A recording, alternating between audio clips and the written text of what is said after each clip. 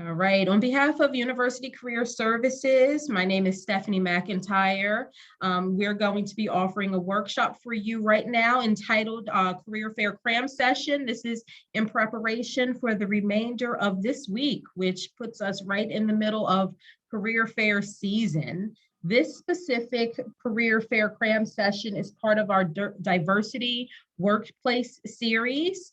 And so the focus of this is going to include all the best practices for you to prepare for career fairs, particularly this semester as we remain virtual. But this is also going to have a focus on tips from an inclusive employer for you to think through as you do all of your research and prepare for conversations with employers.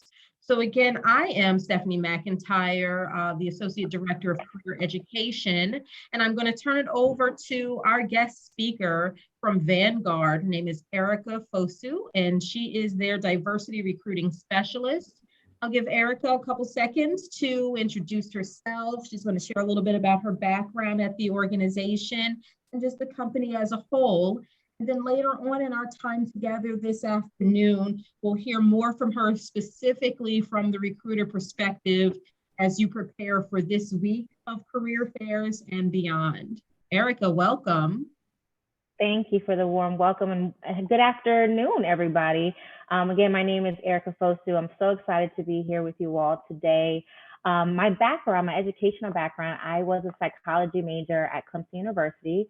I graduated in 2014 and had no idea what I was going to do. I wanted to do HR, but life had its other plans, and Vanguard came knocking at my door and said, hey, we think you'd be a really good fit for one of our entry-level roles. I thought Vanguard was crazy because I didn't know the difference between a stock and a bond. But here I am 6 years later. I started Vanguard in August 2015 in our client relationship associate role. And in my 6 years at Vanguard, I've held 8 different positions. Now, Vanguard, we do have internal or external leadership development programs where you can rotate through different divisions. In other areas, you can just start in an entry-level role. I just started in a regular entry-level role and was still able to get a rotational feel. So I've had experiences from having university relations, IT recruiting. I've supported the onboarding and training for all of our finance crew who are client-facing, did some project management work, and then now currently I'm a diversity recruiting specialist. So as a part of my role is to increase representation of Black, Latinx, and Indigenous people within the finance industry. Vanguard, if you're not familiar with the company, Vanguard is a financial investment institution. We are a fintech company, so everything we do is online. And so I primarily recruit for entry-level talent for the business and the IT side of the organization.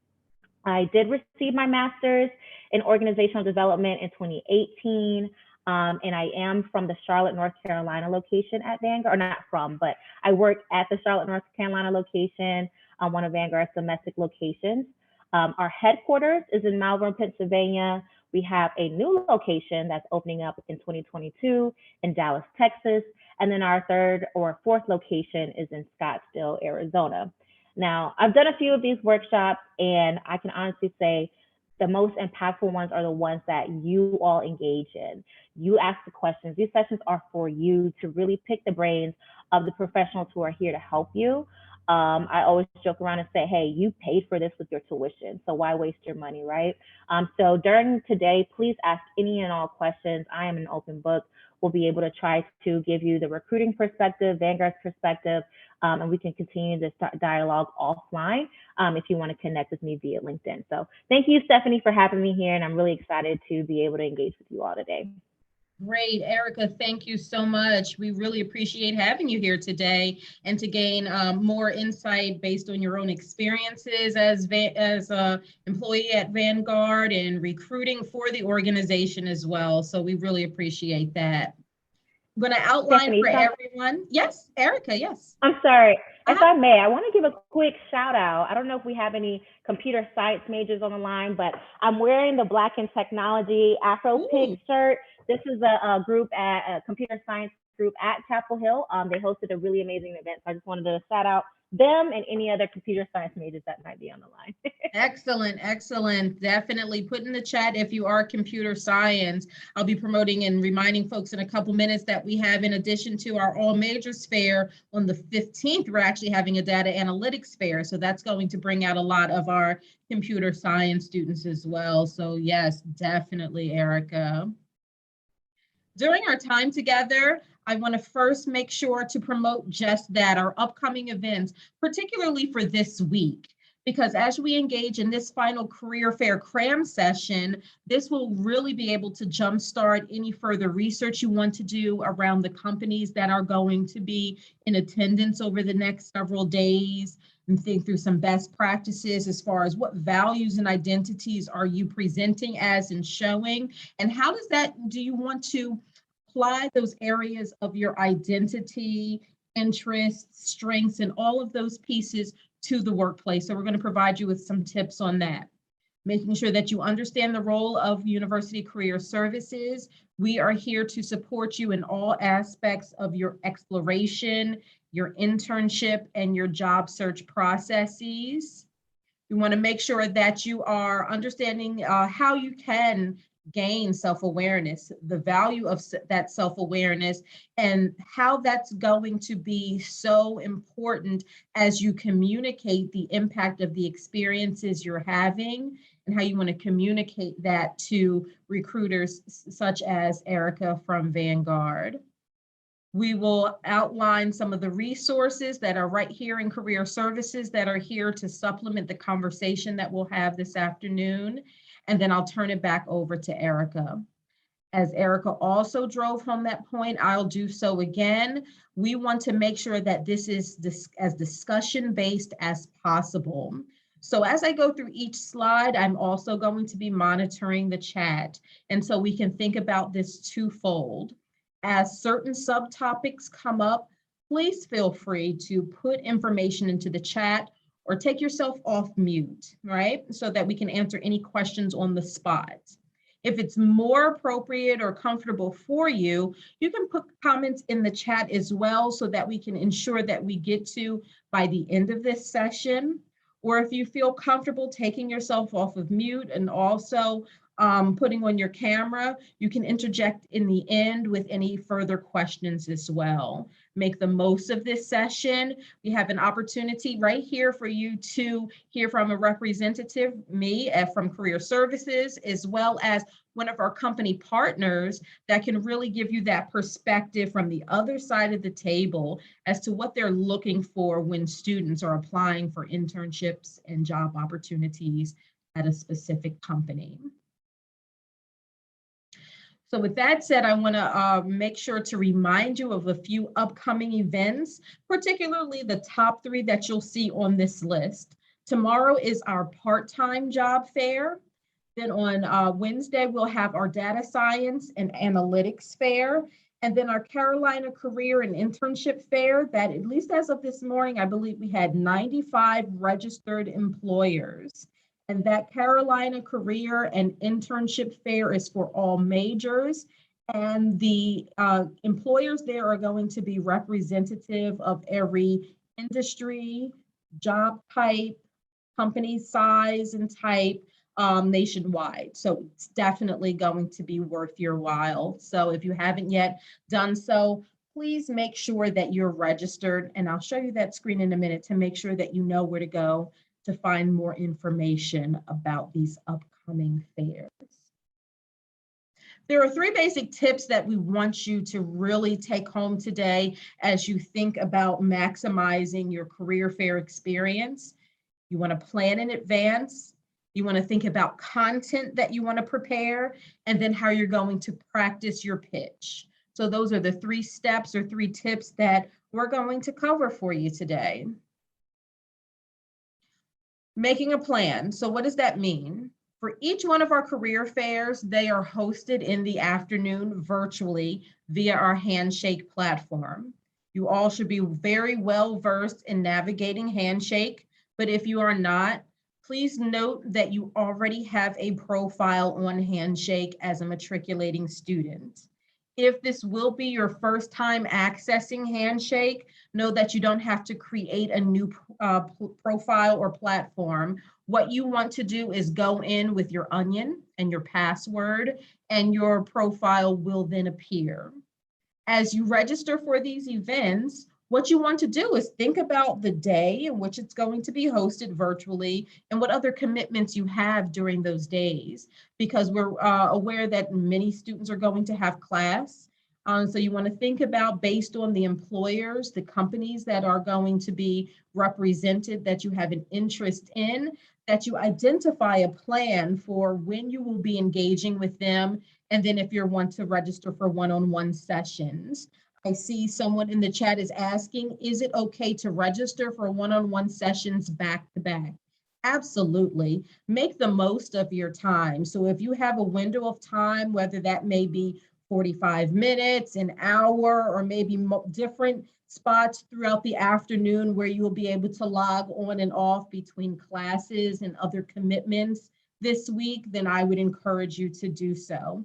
If you have yet to register or signed up for any of these one-on-one sessions just yet, please go ahead and do so, as those are limited spots, and we want to make sure as many students as possible are able to get in to engage with the employers of their choice. So make sure that there's no scheduling conflicts between any of those sessions in which you register for and the rest of your availability.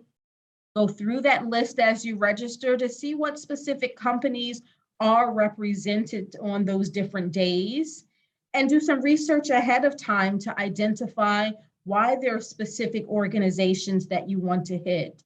Do they have current postings for internships or job opportunities that are aligned with your academic background and interests? And if so, then you can communicate that information to them.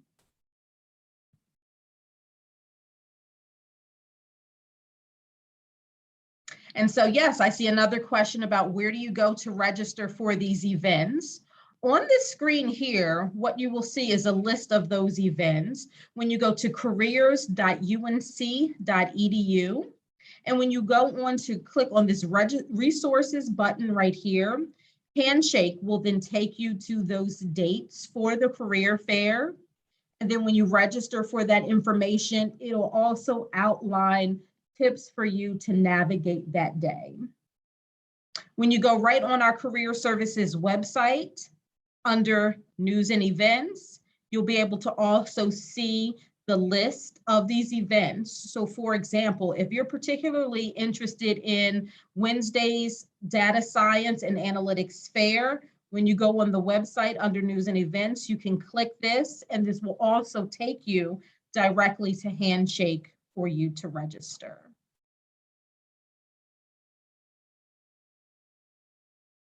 In one-on-one sessions, I see someone is asking a very good question. What do you exactly talk about during the sessions? So one-on-one sessions between you and a recruiter, and I'll also let Erica chime in to give some more perspective on this as well, is an opportunity for you to communicate your pitch, which is just your brand, what you're known best for, what are you seeking, what are you studying, and what you've experienced that aligns you with opportunity within the company. In a few future slides, I'll speak more and give some examples of content that you would want to deliver as well during that opportunity within the one-on-one sessions.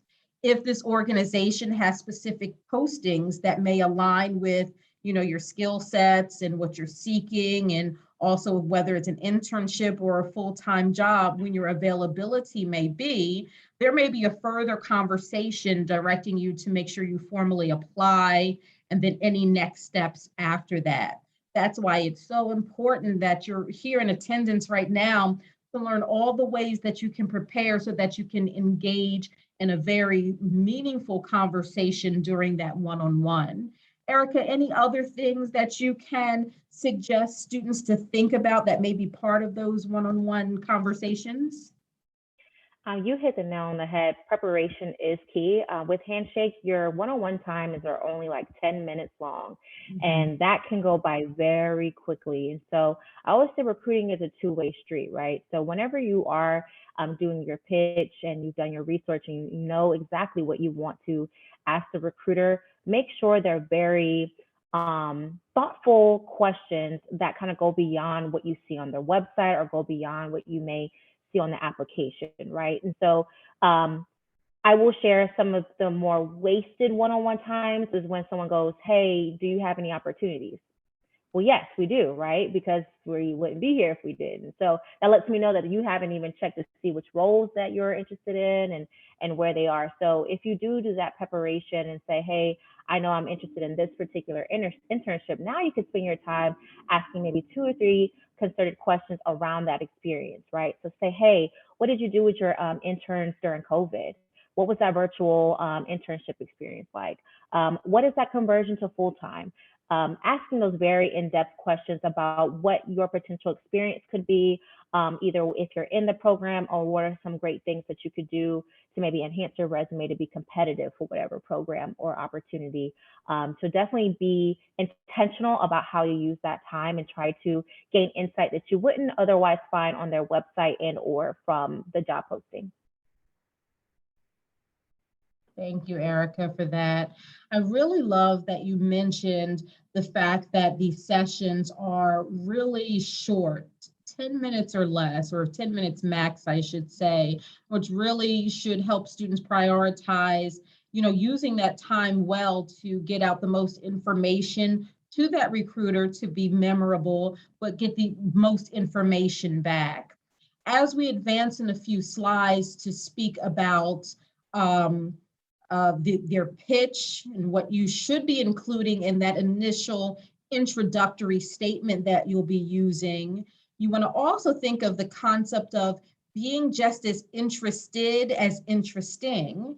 And so it really seems to lend itself to the point that you just made, Erica, of asking meaningful questions, not do you have opportunities? Yes, that's why recruiters are here. They have opportunities, but to show that you have some advanced knowledge already about the organization or the potential opportunities that do exist, maybe with questions that truly show that you're interested in the corporate culture of that organization, maybe changes that they've made, experiences that the organization's had, so that then you can chime in with speaking about how you may have a good fit for that organization.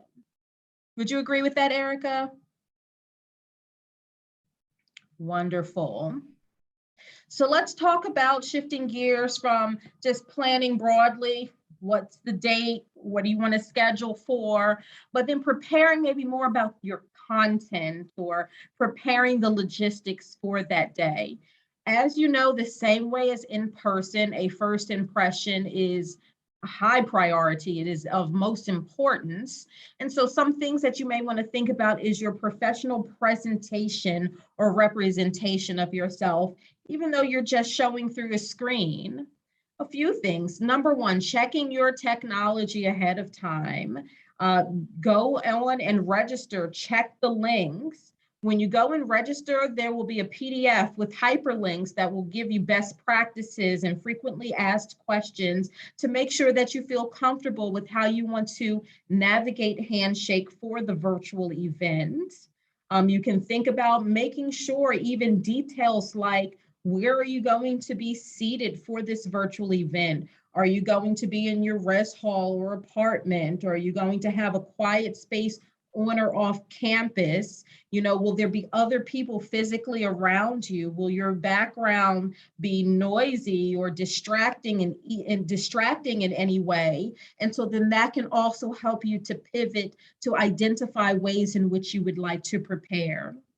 Handshake does not necessarily have built-in virtual backgrounds, but I have heard that there is an add-on that students can upload in order to have a virtual background, if that's something that's more comfortable for you, should you decide to turn on your camera. I would suggest in those one-on-ones that you do so. It may feel okay to be a bit more anonymous if you're going to be attending some of the larger group presentations. But remember, maybe the really the benefit of part of this career fair may be through those one-on-ones in which you're scheduling. And so really to have that connection with an employer, it may be in your best interest to turn on your camera. Erica, can you speak a little bit to that about cameras on or off during those one-on-ones? And maybe also if we can talk for a second about professional dress, since obviously we're behind a screen, we're from the waist up, but do those things matter from a student to recruiter perspective on a career fair day? Yeah, great question. So I'll address the career fair question. So for one-on-ones, strongly recommend and back up everything that you shared, Stephanie. Definitely have your camera on, minimal noise, everything to that nature. But if you're in, let's say, a group session, right? You do have a little bit more flexibility to kind of stay behind the scenes and not have your camera on. However, if you feel comfortable, if you have a question in the group session, I would highly recommend turning on your camera and hello, my name is this is my major, and here's my question. We find, and I don't know, maybe this is a Vanguard experience, but I've found that group sessions are typically smaller because we host so many different reoccurring sessions throughout a period of time. So that is really another opportunity to shine amongst your peers. Because you'd be surprised how many people do kind of play behind the scenes and don't engage in those sessions when we want to see that, right? So I would highly recommend that.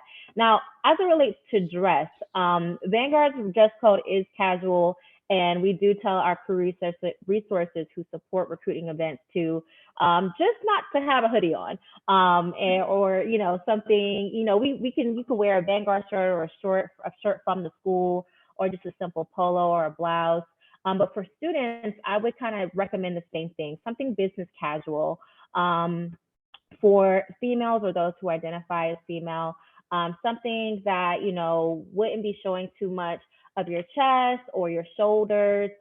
For guys, same thing, button ups or polos and or a blazer. I always find it to be so adorable when I see people with their blazers and they're really like pinned up, and I'm like, oh gosh, I only have a shirt on. But it shows to me that you really took a lot of time to dress to impress, and that always resonates very, very well. So even if you have a dress or just something like polo type of deal, I think always sends a positive message. It's very rare that we see students who just kind of come up in a t-shirt or a hoodie.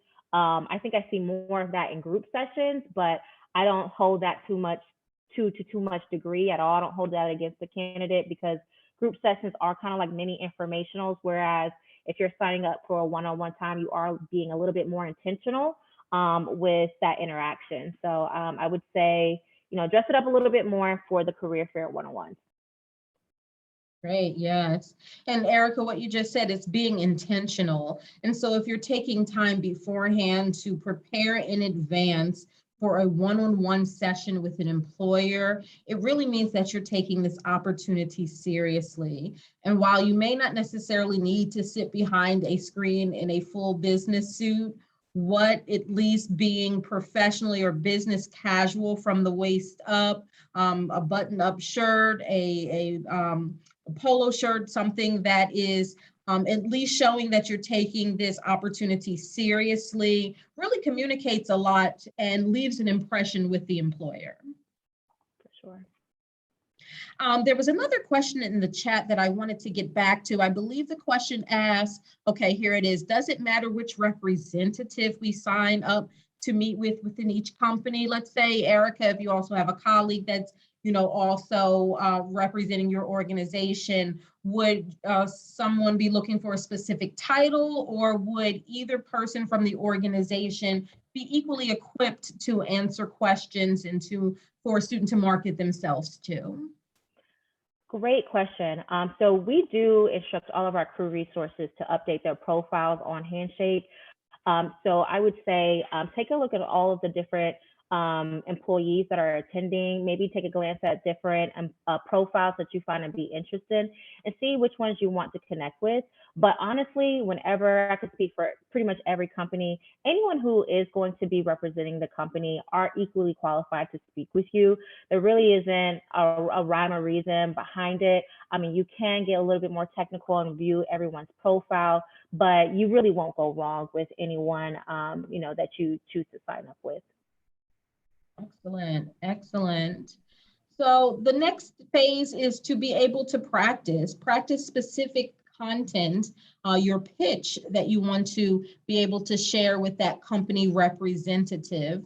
In addition to introducing yourself, have done enough research on the company now that can communicate that you have some baseline knowledge of the organization, but through that research, now you have more advanced and or thoughtful questions to ask of that recruiter or company representative. One of the things that I love best about being in this virtual world, this virtual space, while there are limitations, is the fact that you can be highly prepared with the individual whom you're connecting with virtually because of notes that you can have in front of you. So as you're preparing for these opportunities to engage with recruiters, you can speak very fluently around what you may know of an organization because you have notes that you've already prepared in advance. This also gives you the opportunity that is as the person is speaking back to you, you can jot down notes, things that will remind you of maybe something else that you would like to talk about or another question that you may want to ask or a meaningful way for you to then follow up afterwards. In addition to that, let's talk for a second about the value of not necessarily letting the conversation end after those 10 minutes, particularly if there is something that you can do with that information afterwards, such as go back on their company website or connect with that person on LinkedIn or submit your resume for an application. There are many different ways that you can advance that connection with that employer. Erica, how do you welcome that in your conversations with students? Great question. And you make an excellent point. Virtual recruiting has provided a lot of advantages for preparation, but also that follow-up. Whereas before, in-person career fairs, you'd be like, oh, find me on LinkedIn. Here's my name. You might get the spelling wrong, and now you can't find that person. Whereas now we can just drop the hyperlink to our page. So what I would say, though, the most effective means of follow through that I see with candidates is when you do go to send that connection with a recruiter on LinkedIn, add a note where it says would you like to add a message. Always opt in for that. Say, hello, I met with you at X, Y, and Z and that, or hello, I was a part of a workshop that you facilitated. Do something to help jog that recruiter's memory to say, oh, okay, yeah, I did meet with this student then. Because I will say that we do go to a lot of events, we meet a lot of great students. So sometimes it is hard for us to recall like exactly where we met you, but not so much. We can remember the quality and the content of the conversation, but maybe so much not where. So I would say do that. But then once you receive a acceptance to follow or be connected to that person, and you really want to learn more or keep that conversation going, my keyword here today is intentional. So follow up with an intentional message saying, hey, thank you for your time today. I know we only had our time last week. I know we only had 10 minutes. I would love to see if I could set up additional time with you to discuss your experiences in a little bit more detail in the organization, or I have a few follow-up questions I'd love to run past you via email and or a quick chat. For me, that resonates very well versus someone saying, hey, thanks for, coming to this workshop. I'm like, great, I'll add you. But if you don't have an ask for me, I'm not going to, proactively offer anything to you. So definitely, follow, if you do have an ask, definitely follow up with an intentional question about opportunities or experiences. Wonderful. Leading with purpose, giving that recruiter something to hold on to, and remembering that recruiters, this is their job to fill positions with the best talent. So the more information they have on you in advance or to further that conversation and that communication, the better. Highlight your goals, your transferable skills, speak about experiences you have inside the classroom, outside of the classroom, maybe if you've had a previous internship or some other frame of reference of the type of work that you're pursuing, are all things that are going to make you memorable in that conversation. Erica, in a few slides, we're going to also talk about pitch. And there's something that I've heard from a recruiter recently that has stuck with me.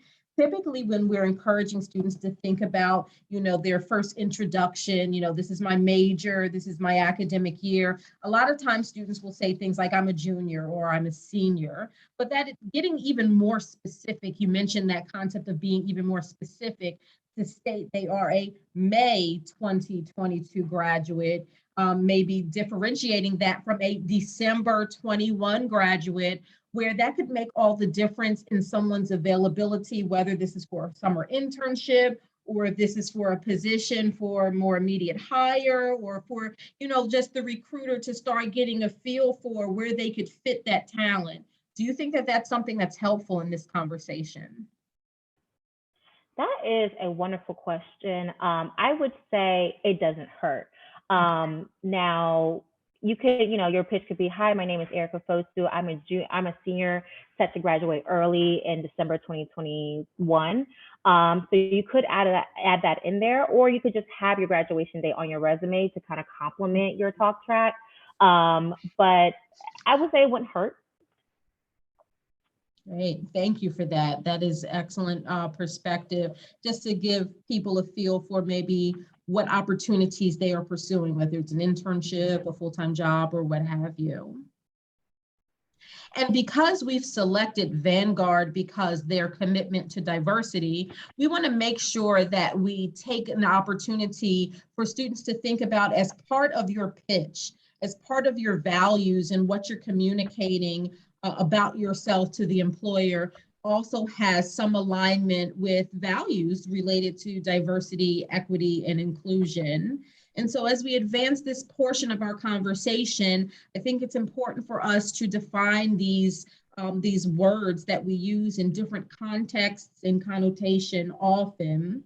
If you were not able to be a part of our What is Diversity forum this morning, I want to make sure that you're aware that it is now uploaded on our University Career Services YouTube channel for that access that you can take, where we also go through some of these definitions as well. But what I've done is I've pulled different language together from definitions of these words from different vantage points to really break it down to its most common denominator for purposes of this conversation, as we really answer the question of what is diversity, what is equity, and what is inclusion. So diversity really speaks to just differences. There's a range and variety of cultures, ethnicities, languages, gender orientation and identity, sexual orientations, abilities, norms, needs, and preferences that are represented within the world, within society. So then in any environment that you're in, there is going to be some of that representation.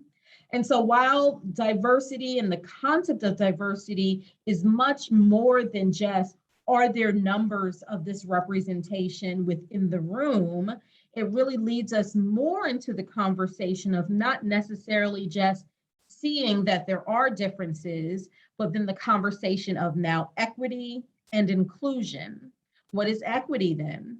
Equity is the quality of being fair, or the quality of being impartial. It recognizes, not only just recognizes differences, but then allocates resources to make sure that there are equal outcomes and equal experiences. And what we're talking about now is having those outcomes and experiences being represented within the workplace. And so as you're thinking about your own identities, your own experiences, it is so important for you to think about, what ways do you want to show up within the workplace? And therefore, what values do you want to see in employers? And then the concept of inclusion. What are the sets of norms and behaviors? We really call this sometimes the workplace culture. And does that culture encourage individuals to really feel valued or be seen and be heard? Because there is nothing more important than having a sense of belonging. The same way that we're seeking this in students are seeking this here at this college campus, we want to also set you up for success as you're thinking about that in your first internship and or full-time workplace experience. And so what I'd like to do is take just a second for Erica to maybe chime in to give some perspective on how can students clearly communicate their commitment to diversity, whether it's through activism, support, talent management, or offering up their own experiences and identities in the workplace. How can that even come through in their job search and in the recruitment process with a recruiter such as yourself? Great question. I love that you asked this question. I'm going to try to keep it as concise as possible because I have a lot to say. There are a few different ways that your passion for DE&I can come out. One of the initial, and they may seem high level, but they send a very strong impact, is to change your pronouns or to inform the recruiter or personnel on what pronouns you do want to be addressed in. And so definitely, if you're working through Zoom, you can change your name and have in parentheses she, her, hers, or they, them, theirs, just so the recruiter can know how to respectfully address you. And then that also allows them to know that, oh, this person really does respect the climate that we're in and the different diversities or pronouns and identities rather that there may be out there. And then in addition to that, of course, as you mentioned, Stephanie, get involved if you're not already an ally to groups that are affinity groups that are different from you. Get involved in those. Get involved in your, departmental, your college, different student organizations to show that you are involved, and do community service if you can, whether that be donating your time, donating your resources, your talent to an organization to show that, hey, I am committed to helping my communities and understanding and addressing the needs. But then when you get that opportunity to connect with an employer, I love when students are able to tie in their why to a diversity aspect or ask me questions about DE&I. And not the whole what is Vanguard doing for DE&I? Because that's a loaded question for many companies, right? It's more so really dig into that person and that experience, right? And their experience. So some examples of questions that you could potentially ask an employer is, how does your department or how does your division or your team hold members accountable for making sure there's an inclusive environment, right? Now you having them provide experiences of whether it was a successful methods, or they're still trying to figure it out, right? Other things that you can say is, if you are a person of color or interested, or you're identify as female or allies to those different communities, you could say, hey, what are we doing to increase representation of Black female leaders or Asian female leaders or, diverse leaders in the organization? And they may not have the stats because they might not be in the HR realm, but they can say, hey, this is what I've been able to contribute towards. Every organization by now should have an employee resource group or crew resource group. Ask them about their involvement in that, right? Say, hey, on campus, I'm a part of this sorority. I'm a part of these different organizations. And when I come to that company, I would really look to get involved. And I read that you all have an employee resource group. Are you involved in any? And can you share with me what your experiences have been in regards to fostering more DE&I within the organization and or supporting advancement for employees? There's a lot of different ways you can get really creative to peel back the layers of what the company is doing with DE&I from an employee or crew member's perspective. I find that the students who do ask those very targeted questions for me, it shows me that they're more concerned about their long-term fit, the long-term cultural fit of the organization versus just checking a box to say that, oh, I'm just asking about D&I just so that they can know that I care about D&I, right? So definitely take some time to think through, and hey, use Google, say D&I questions to ask in an interview, right? And there's a good PDF, I'm sure, out there of different questions you could consider asking in those one-on-ones.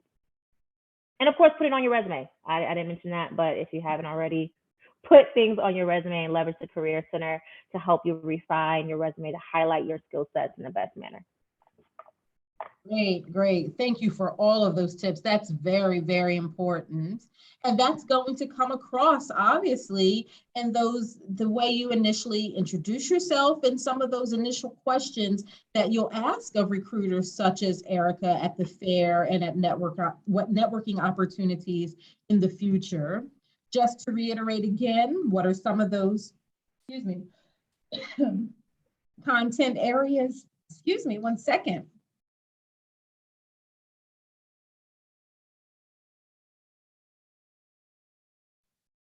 Sorry, everyone, I've been talking a lot today. So really make sure to introduce yourself with your name, your year, when you're graduating, your major, skills, what have you done? Erica just mentioned the point of maybe talking about things that you've done on campus, whether it's directly diversity related or not, but if you're part of different organizations, fraternities, sororities, volunteerism, community activism, to maybe share those pieces of you. Because in addition to just highlighting your talent, you also are highlighting what you're committed to and what your values are. And through asking very pointed questions, very specific with how you could have alignment with some of those diversity initiatives within the organization will truly show beyond you just wanting to enter into your first role, but what that life cycle of your career may look like within that organization. I mentioned previously that having that level of self-awareness is also important, because without that, it may not necessarily feel as authentic for you to share parts of yourself and your values and your identity. So while this is a more personal part for you to maybe share right now, I want you to take an opportunity for you to really reflect on, what are these things to you? What are different aspects of your identity? Maybe even think about, what does privilege look like, and examine your own areas of societal and systemic privilege and where there may be a lack of. Erica spoke to ERGs, employee resource groups. This allows you to elevate opportunities and pieces of your identity that maybe within some environments aren't celebrated, recognized, or elevated. And so that's really the importance of those types of groups, the same way those types of groups exist on a college campus. Ask yourself, what is truly important to you? And then how do you wish to experience work? Work is much more than just your major, the skills you bring to the table to carry out a certain function at a quote unquote job. But every aspect of us is inextricably linked to the other. And so the opportunity for you to truly lean into your values, much more than just, can you do the job, will really communicate to an employer, not only can you do the job, but will you do the job, and will you be committed long-term?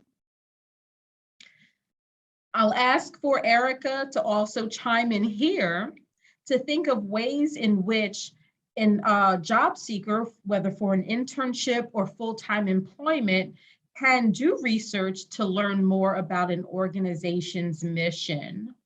I encourage individuals to always go to employer pages, either on LinkedIn or their external website, under their About Them section, to learn more about their mission, their vision, their core values.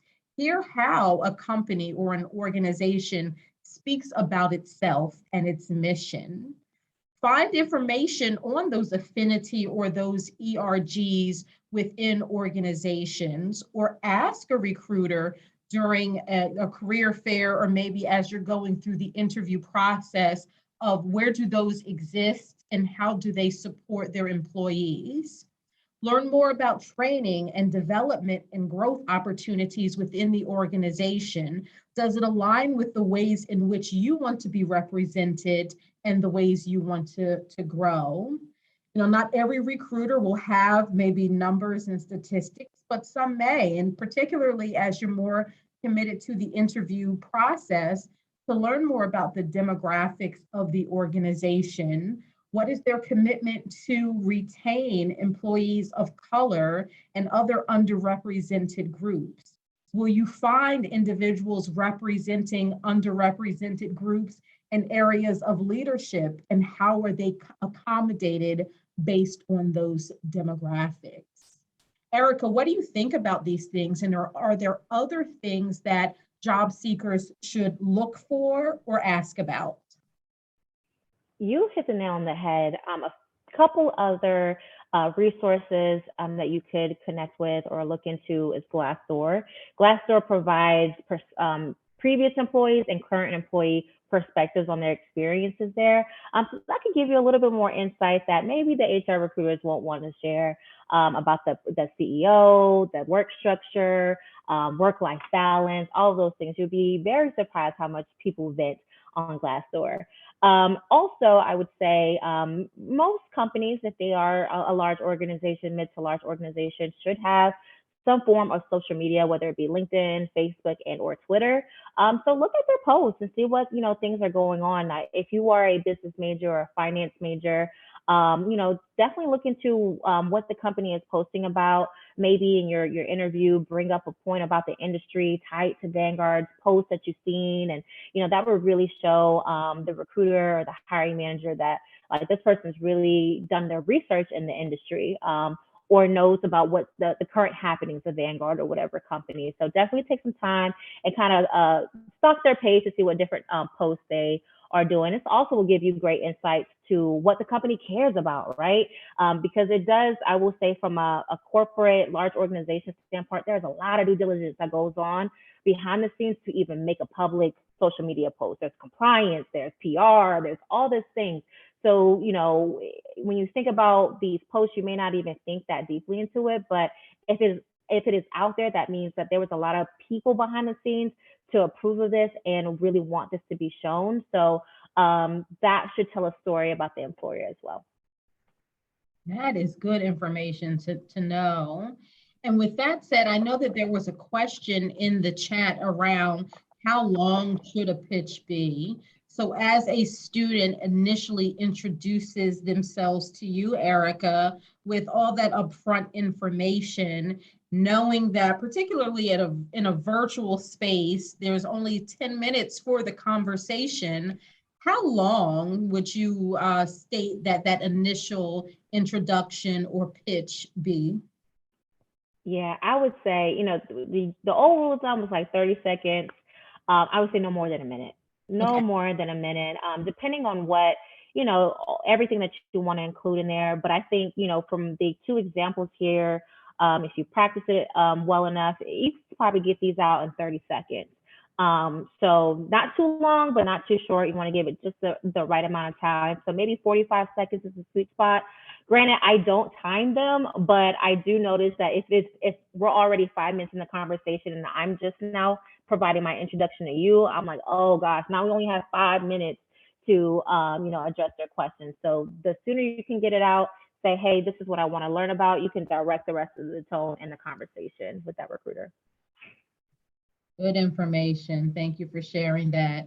And I will not read to you, but I have on the slide right here in front of you 2 examples of pitches, which goes through a lot of the detail that I mentioned on the other slide, as far as your name, your major, your year, what you're studying, what you've done, maybe ending it, or maybe you should end that with a question or a prompt to then throw it back in the recruiter's court to follow up with anything that they've heard you say, and then a response to maybe what's the most important piece to you that you're leading with a question. And so if we have any other questions, I want to turn it back over to Erica to maybe reinforce any other things that you think is so important for you to hear of a student, things that they need to prepare in advance to make sure that they're able to share with you. And then if students have any questions to chime in to learn more about that, we can create that space as well. Erica? Thank you. Yes, thank you, Stephanie. You did an excellent job. As soon as I hope that you gleaned something new from this conversation today, to continue on the virtual pitch or your elevator pitch conversation or point, I love to say focus on your who, your what, and your why. And if you can connect your why to the organization in some way, shape, or form, that would be great. So quick example would be, hi, my name is Erica Fosu. I am a junior psychology major at Chapel Hill. And I see that Vanguard is really focused in the community. And I'm actually very passionate about giving back and being a community activist. And so one of the main reasons why I want to, be a part of the Vanguard family is to be able to help give back, specifically as it relates to financial literacy. I want to be able to increase financial literacies in minority communities and help bridge that gap between wealth, generational wealth in my own family and the communities that we serve. Right. So now they're like, oh, wow, like this person did all this research and they tied their passion to something, some sort of aspect within the organization. Right now, I've practiced that pitch many, many times, but I can tell you for a fact, when I was in your shoes, I didn't go to my first career fair until my senior year. And I didn't even go up to the Vanguard booth because I was profusely sweating. I was scared. I did not know how to give a virtual pitch. I didn't even take the time out to attend events like this when I was in college. So definitely use your resources, whether it be your close friends, a trusted professor, personnel in the professional career center department to help practice. Practice makes perfection. And just know that the recruiters have been in your shoes, so there will be grace. Don't feel like you have to have it all polished, but to Stephanie's earlier point, put your personal pitch in font 32, practice your news reporter, looking like you're not reading, but you are reading voice, and that will definitely resonate very well. Some of the other things that I would share is, again, just re-emphasizing the point to please be intentional with your time. 10 minutes is not long at all. And God forbid the recruiter has technical issues and they are struggling to connect with you. Now your time might be cut 2 to 3 minutes, right? So definitely make sure that you use that time to ask questions, try to get a contact to follow up. And yeah. So I do want to share our opportunities really quickly. I don't want to lose that opportunity with you all, but Vanguard is currently recruiting all majors and for a wide variety of different opportunities. So if you haven't already checked out the Vanguard profile on Handshake, all of our opportunities that are listed on this slide are available for you to apply to. We also have text codes at the bottom for you to get our direct hyperlink to our career site that will have the landing page for the respective program or the respective role. We have a wide variety of opportunities for freshmen, for sophomore, all the way up to seniors. All of our internships are paid. We do provide housing for all of our interns, but right now we are virtual. Our full-time opportunities range from leadership development roles that are more rotational, and then you have the entry-level roles within within the finance side and or the IT side. Another tip that I would say in regards to career fair best practices is to maybe research your top 5 organizations. I recall Stephanie sharing that there are 95 organizations signed up to recruit you, but that's overwhelming. And I would not encourage you to try to get like 20 in a day. That's overwhelming. And so I would say maybe 5 to 10, depending on how much your schedule permits. 5 is a good number to sign up either for a one-on-one session and or a group session to learn more. But have your OneNote kind of split in the screen. Make sure you put down maybe a paragraph or 2 on each organization. So before your meeting with them, you can, quickly refer to it. Remember the questions you want to ask, or maybe create questions for each organization. And then make sure that you, again, show up and you show out. Don't be humble in this. Definitely gloat about the great things that you've been able to accomplish. And another tip is don't downplay your experiences. I don't care if you work at Chick-fil-A or you are a cashier at Publix or Harris Teeter. Do not downplay your experiences. I hear so many students go, well, I'm just a waiter at Texas Roadhouse. Like, no, you actually maintain healthy environments for customers. And that's extremely important in times of COVID, right? So whatever it is that you do, take pride in that. And then use your network and your resources to create bullet points on your resume that highlight how you can create impact, right? So you might have Chick-fil-A server there, but then in those 3 or 4 bullet points that you would summarize Chick-fil-A's experience, you would say provided excellent customer service to all clients or to all customers, maintain a healthy environment for every guest that came through, right? That sounds a little bit different than saying like, I rang up everybody or I just closed the shop every night, the restaurant every night. So do not downplay your experiences. And then I would say the biggest no-no is don't ask about money. Don't ask about how much you pay. Of course, you can inquire about the opportunity, but there will be a time for that. If you are at the final interviewing process, you have an offer at the table, and they're saying, hey, this is the offer for you. That's when you can engage in what the cost or what the offer is and or any negotiation to that number. I encourage you to take a screenshot of this. This is not confidential by any means. Please take a screenshot of it, follow through on Handshake. I am the only Erica Fosu in the world. So I'm very easy to find on LinkedIn. Feel free to connect with me. Remember to add that quick note to say that you connected with me or were able to engage with me during this workshop. And I'll be happy to answer any additional questions that I wasn't able to get to or Stephanie and I weren't able to get to during this time. But all I can say is just don't wait. Don't wait. The more you do these workshops and attend these career fairs, the more proficient and the more confident you will get. I did not do that. And not that I regret anything because everything ended up working out. And I wanted to encourage that. I want to put that encouragement upon you. It will work out for you, no matter how ambiguous this time may feel. But do not, lose out on opportunities that are right in front of you that you can literally grab because recruiters are here for you. Career Center is here for you. Your professors are here for you. And it would be wasted time, wasted energy if you did not, engage in that. So lean in. I wish I was in your shoes in college again. There's so much I would try to do differently, but nonetheless, make sure that you just take advantage, be intentional and prepare. I think prepare and intentionality are the 2 key words from today's workshop.